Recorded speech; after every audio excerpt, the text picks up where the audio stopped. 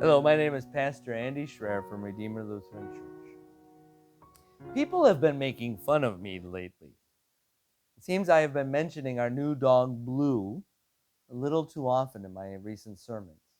Like a young pastor mentions his newborn baby in every single sermon for 3 straight months, I've been a bit fixated on our new puppy. But as I prepared for our worship a few weeks ago, I couldn't resist. You see, every year on the fourth Sunday of Easter, our church, like many Christian churches, celebrates what is called Good Shepherd Sunday. Every year we take one Sunday to meditate on the marvelous metaphor of Jesus, our Good Shepherd. In John chapter 10, Jesus tells us, "My sheep listen to my voice. I know them, and they follow me." And that verse made me think immediately of Blue. You see, when I leave the house, Blue used to whine and scratch on the door, wanting to go with me. And lately, my wife and my kids have put some of my video devotions on the TV in the living room when I leave.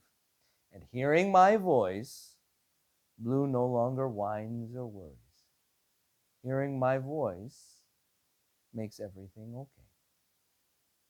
The sheep are even more keenly attuned to their master's voice.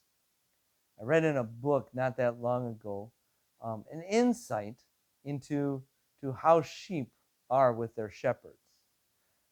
They talked about Judith Fain, a doctoral candidate from the University of Durham.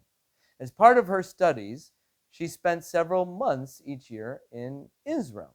One day, while walking on a road near Bethlehem, Judith watched as 3 shepherds converged on their separate flocks of sheep. And the 3 men hailed each other. They waved to each other and stopped to talk. And while they were talking, their sheep intermingled, melting into one big flock, really. Wondering how the 3 shepherds would ever be able to identify their own sheep, Judith waited it out until they were all ready to say their goodbyes. And then she watched, amazed, as each of these shepherds called out to his own sheep.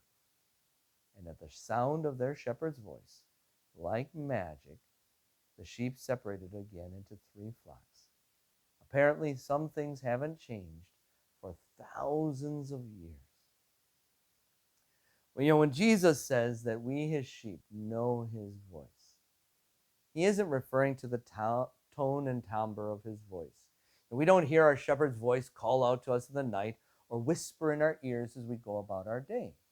Though God can speak directly to our hearts, the way our shepherd chooses to speak to us is in his word, in the Bible. And following Jesus means listening to his word. It means reading our Bibles. It means going to church. And when we read and study the Bible, really we're listening to our Good Shepherd's voice. Through his word, our Good Shepherd guides us, comforts us, and gives us strength. Hearing his voice regularly takes away our fears. Hearing his voice,